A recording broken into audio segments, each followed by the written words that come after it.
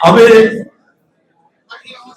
আমি 2001 বলে আমি যখন ছাত্র ছিলাম, তারপরে লেখাপড়া শেষ করে আপনারা জানেন 1989 সালে,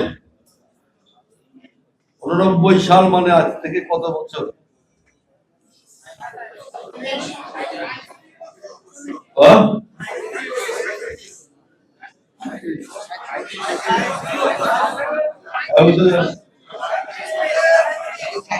$35 বছর আগে আমি রাজবাড়ী পৌরসভার চেয়ারম্যান।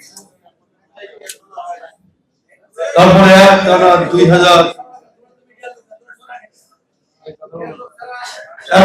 3 বার রাজবাড়ী পৌরসভার মেয়র, পৌরসভার চেয়ারম্যান, তখন বলতে চেয়ারম্যান, টানা 15 বছর। পরে 2001 সালে আমি আপনারা আমাকে 2006 সালের পরের থেকে আমাদের জীবনে কালো অন্ধকার, আমার জীবনে কালো অন্ধকার। 6 সালের পরে আমি কারাগারে গেছি, মিথ্যা মামলায় আপনাদের অনেকের মতো আমাকেও জেলে যেতে হয়েছে। 2006 সালের পরে আমি এই শহরকে আমার বড় অচেনা মনে হয়েছে, অচেনা মনে হয়েছে। শহর আমার হাতে গড়া, এই শহরের সব মানুষ আমি চিনি, কত কাছের মানুষ, দূরে। এই শহরে আমি অপদস্থ যে বাজারে যেতাম না, আমি বাজারে যেতাম না, আমি কোথাও যেতাম না, যাওয়ার কোনো সুযোগ ছিল না। সেই আমি দীর্ঘ আপনাদের লড়াই সংগ্রামের ভেতর দিয়ে আমি আজকে আপনাদের এলাকার সংসদ সদস্য, আমি আপনাদের এলাকার প্রতিমন্ত্রী। আপনাদের চাওয়া, আপনাদের বেদনা, আপনাদের কষ্ট সবকিছু যেমন একটা আনন্দ আপনারা পেয়েছেন, আমিও আমার জীবনের কালো অন্ধকার পার হয়ে যেদিন মন্ত্রী হলাম, সেদিন আপনি জানেন আমি আমার আবেগ সম্বরণ করতে পারি না। মনে হলো একটা ভিন্ন গ্রহ থেকে আমি বোধহয় আবার একটা নতুন করে জন্ম নিলাম, একটা নতুন করে জন্ম নিলাম। ওই দিন থেকে আমার মনে হলো এই শহর আমার, এই জেলা আমার, এই রাজবাড়ী গোয়ালন্দর মাটি, মানুষ সব আমার কাছে মনে হলো আমাদের মানুষ, সবাই আমরা। আমি কথাগুলো এই জন্য বললাম, আজকে যেহেতু মন্ত্রী হলাম, এই মন্ত্রী হওয়ার পিছনে দীর্ঘদিনের আপনাদের যে শ্রম, কষ্ট, ব্যথা, যন্ত্রণা, সবকিছু আপনার মাথায় নিতে হবে। আমি একটা লম্বা সময় আপনাদের সঙ্গে যোগাযোগ করতে পারছি, কারণ নির্বাচনে জিতলাম, জেতার পরে আমার কি পরিস্থিতি হলো, যে ফুলের মালা, শুভেচ্ছার পর্ব, ভয়ঙ্কর ভয়ঙ্কর শুভেচ্ছার পর্ব, হাজার হাজার মানুষ ফুলে ফুলে ডুবে যাওয়ার উপক্রম। আমি কেমন, তো আমি ভাবি কি জানেন,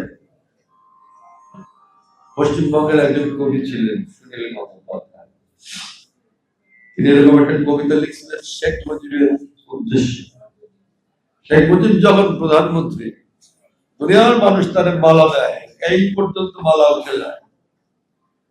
কবিতার ছন্দটা আমার মনে নাই, বিষয়টা হলো যে মালায় মালায় তোমার কণ্ঠ ভরে যাচ্ছে, এবং মালায় মালায় তোমার নাসিকা বন্ধ হয়ে যদি যায়, কিন্তু এক সময় মালার কারণেই পড়ে যাওয়া, তাই না?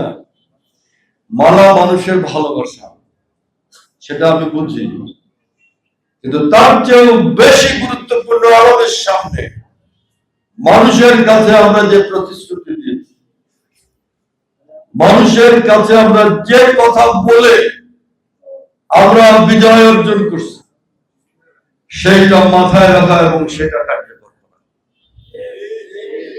সেটা যদি কার্যকর আপনি না করতে পারেন, তাহলে এই মালা, এই সম্ভাষণ, এই অভিনন্দন, এর এক পয়সা মূল্য থাকবে না, ধুলোয় এই মালা ধুলো, এই মালার উপর দিয়ে ধুলোর আবরণ।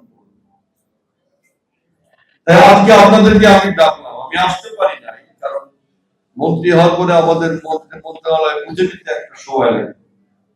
নতুন মন্ত্রণালয়, সেটা বুঝে নিতে আমাদের একটু সময় লাগে। তারপরে বিভিন্ন কর্মসূচির কারণে আমার আসতে দেরি হলো। আমি শুনছি যে আমাদের নেতা কর্মীরা অস্থির, কেউ দিকে আসে না। ঢাকায় মনে করেন রাতে ওরা 2টার সময় কাশেম চলে যায় লোকজন নিয়ে, বুঝলেন? ভয় একটু নামে, বুঝলেন না কথার কথা? কাশেম মানে কথার কথা। এই ঢাকার বাসায়, ঢাকার অফিসে কঠিন অবস্থা, নড়াচড়া করতে পারি না, সরকারের কোনো কাজ করতে পারি না। এরকম একটা সময় কিন্তু গেছে। তারপরে পার্লামেন্ট চলে, বিকাল 3টা থেকে রাত 10টা পর্যন্ত, 9টা পর্যন্ত পার্লামেন্ট চলে। সকালবেলা ঘুমের থেকে উঠে লোকজন তাদেরকে কোন রকম বিদায় করে নিজের নাকে মুখে দিয়ে কোন রকম এসে যাই, আমরা অফিসে যাই। আমাদের মাননীয় প্রধানমন্ত্রী একটা কাজ করছেন, সেটা হচ্ছে সময়। মাননীয় প্রধানমন্ত্রী যেটা করছেন, বসে মাননীয় প্রধানমন্ত্রী যেটা করছেন, সেটা 9টার সময় অফিসে যায় দাঁড়ায়। কারণ আমরা তো সারা রাত 2টা পর্যন্ত জাগি, 3টা পর্যন্ত জাগি। সকালবেলা উঠে যাওয়া তো এক ভয়ঙ্কর ব্যাপার। তারপরেও সকালে ঘুম 3 ঘন্টা ঘুমাই, 2 ঘন্টা ঘুমাই, তারপর অফিসে যাই। তো পার্লামেন্ট চলে গেল এই গত 2 দিন আগে। পার্লামেন্টের কারণেও আমরা অফিসের কাজ করতে পারি না, লোকজনের সাথে সময় কিছুতেই ম্যাচ করে না। তো পার্লামেন্ট চলে গেল। পার্লামেন্ট চলে যাওয়ার কারণে আপনার এখন একটু আমরা রিল্যাক্স। এখন আমার একটু রিল্যাক্স। পার্লামেন্টের মধ্যে আবার আমাকে চায়না যেতে হবে, চীন সরকারের আমন্ত্রণে সেখানে যেতে হবে। এই নানা কিছু কোন রকম সময়ের সঙ্গে পারা যাচ্ছিল না, সেই কারণে আসতে কিন্তু দেরি হচ্ছে। এখন আমি আপনাদের বললাম সেটা হচ্ছে যে কোনো 20 বছরের এই অভিজ্ঞতা থেকে আমাদেরকে কিছু সিদ্ধান্ত নেওয়া দরকার। আমরা কি করব? এই গত 4 মাসের অভিজ্ঞতা আমার কাছে খুবই ভালো না, সুখকর নয়। 4 মাসে 20 বছরের জ্বালা যন্ত্রণা, চাওয়া পাওয়া এসে আমাদের উপর ভরছে একসঙ্গে। আপনি কি করবেন? পার্টিকে দায়িত্ব নিতে হবে। কি দায়িত্ব নিতে হবে সেই আলোচনা করার জন্যই আজকে আপনাদের ডাকলাম, যে আমি আপনাদের সাথে একটু কথা বলি। পার্টির নেতৃবৃন্দ, যারা সংগঠনের নেতৃবৃন্দ, তারা আমাদের আগামী 5 বছর তারা কি করতে চান, কিভাবে করতে চান, কেমন করে করতে চান, এই বিষয় নিয়ে আমাদের মধ্যে একটু ফয়সালা হওয়া দরকার। আমি চাইলে যে পার্টি, আমাদের এখানে সরকার ক্ষমতায় থাকা অবস্থায় আমাদের কয়েকটা কাজ আছে। আর একটা হলো ডেভেলপমেন্ট ওয়ার্ক, উন্নয়নমূলক কাজ। এখন উন্নয়নমূলক কাজ আমরা একটা এলাকায় করলাম, হয়তো পার্টির নেতারা জানে না। একটা এলাকায় হয়তো কোনো কিছু দিলাম, পার্টির নেতারা জানে না, কেউ জানে না। এইরকম করা যাবে না। আমি চাচ্ছি যে পার্টির নেতৃত্বেই সমস্ত কিছু হোক। আমি চাচ্ছি পার্টির নেতারা দায়িত্ব নিয়ে আমাদের যে কমিটমেন্ট, আমাদের যে ওয়াদা মানুষের কাছে, সেই ওয়াদা বাস্তবায়ন করার দায়িত্ব পার্টির নেতারা ঘাড়ে নেই। এই দায়িত্ব আমি একা ঘাড়ে নিতে পারব না। যদি আমার ঘাড়ে একা দেন তাহলে ভুল হবে। যেমন আমি আপনার বলি, রাস্তা, এই আপনি একটা দরখাস্ত নিয়ে আসছেন, উনি একটা নিয়ে আসতেছে, উনি একটা দিচ্ছে, এখানে আবার 500 ফুট রাস্তা দরকার, এখানে আমার 700 ফুট রাস্তা দরকার, সই করে দেন। দিলাম সই করে, একটা রাস্তার জন্য 10 জনের দরখাস্ত সই করে দিলাম। তাহলে আমার টিএনও কয় স্যার এত পাগল হয়ে যাচ্ছি, কারটা দিব, কি করব? তারপরে আবার যখন এটা অনুমোদন করাই, তখন হলো কাজ হচ্ছে যার দরখাস্ত এটা হয়েছে, কাজটা যেন সেই করে। কি মুসিবত! এরকম কাজ তো এরকম বিশৃঙ্খল কাজ করতে পারবো না।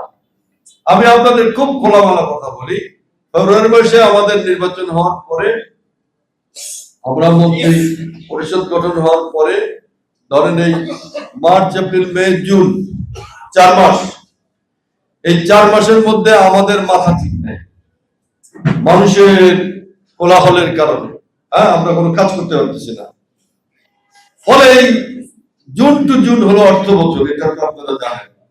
একটা অর্থ বছর হচ্ছে 1 জুন থেকে 8 জুন, জানেন তো এটা? 1 জুলাই থেকে জুন, কেমন? মানে আমরা শর্টে কই জুন টু জুন, কেমন? 1 জুলাই থেকে শুরু, পরের বছর 30 জুন পর্যন্ত শেষ। এটাকে বলি আমরা কি? অর্থ বছর। সরকার এই অর্থ বছর ধরে কাজ করে, বুঝতে পারছেন? এইটা হলো 2026-27, দেখবেন 26-27 অর্থ বছর। এই 26-27 অর্থ বছর। তার আগে এই 30 জুন পর্যন্ত ছিল 25-26 অর্থ বছর। 25-26 অর্থ বছর। এই 25-26 অর্থ বছরের আমরা হাতে পেয়েছি 4 মাস। এই 4 মাস হলো আপনার অস্থির মাস, কিছু বোঝা যাচ্ছে না। 4 মাসে কে কি বলতেছে আমার, আর কে কি করতেছে আমার বোঝার জ্ঞান নাই। অস্থির, ফুলের মালা, ক্রেশ, টমক টমক মাথায় উড়ায় হলাইতেছে, বুঝলেন না? আর কঠিন অবস্থা। তারপরে বুঝে টুঝে নিতে নিতে নিতে নিতে মোটামুটি 4 মাস পাস করে চলে গেল। মন্ত্রণালয়ে বসে আমরা সিদ্ধান্ত নিলাম এই 4 মাসে তো আমরা কোন সিস্টেমে আনতে পারবো না। তাহলে 4 মাস আগের সিস্টেমে যা হয়েছে এগুলো জায়গা চলে, আগের সিস্টেমে যা হয়েছে এগুলো চলে যাক। যেমন ধরেন একটা তালিকা করছে যে কোন কোন প্রতিষ্ঠানে অনুদান দিতে হবে, আমরা বাছাই করতে গেলে 3-4 মাস সময় লাগে। আমার হাতে সময় নাই। আমার সচিব এসে এটা আমার কাছে জুন মাসে বা আমার কাছে প্লেস করবে যে স্যার এই যে এইসব প্রতিষ্ঠানে সাহায্য করা লাগবে সারা বাংলাদেশে, এইসব প্রতিষ্ঠানে কত টাকা সাহায্য করতে হবে? এই 14 কোটি টাকা। কারে দেব? চিনিরা কারো, বিভিন্ন জেলা প্রশাসক দিয়ে পাঠাইছে। এটা যদি না দেন এই টাকা ল্যাপস হবে, এই টাকা বাতিল হবে। এই যে করে দিল কোন ডিসি? আগের সরকারের ডিসি। তাহলে কি করবো আমি? বাতিলও করা যাচ্ছে না, টাকা ল্যাপস হয়ে যাচ্ছে। আবার আমি আমার মনের মতো করে আমার লোকজন কিনা এটা দেখতেও পারতেছে না, টাইম কই, সময়। যার জন্য আমরা কি করছি যে 2025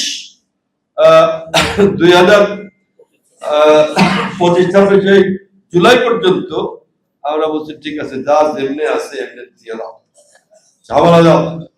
আমরা 26-27 অর্থ বছর থেকে আমরা